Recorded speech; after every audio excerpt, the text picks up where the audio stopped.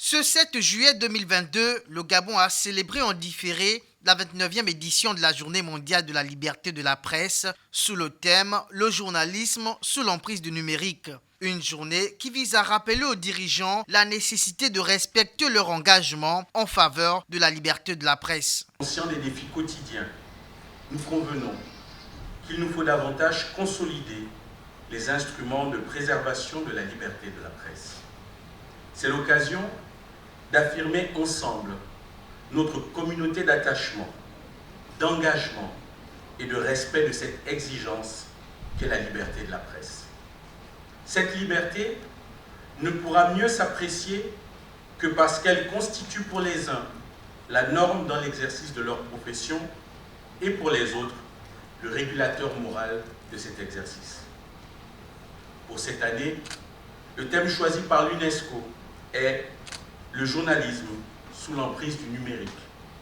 Cette thématique porte en elle les germes de la modernisation de notre écosystème, notamment à travers ses supports et ses outils.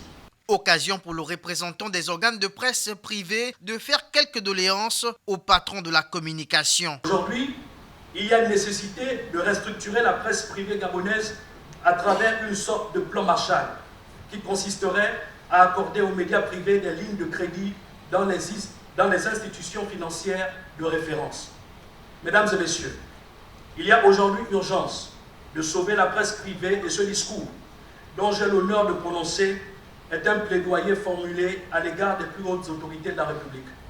La presse privée gabonaise est déficitaire. L'épanouissement du marché du numérique est tel que de nombreux tabloïds cumulent des invendus.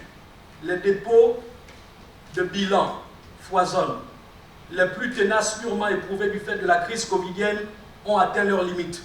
Il est aujourd'hui impérieux de développer des projets incitatifs pour voir ce secteur s'améliorer et continuer d'assurer ses missions régaliennes. L'événement, qui a mobilisé plusieurs hommes et femmes du monde de la communication, s'est achevé convivialement.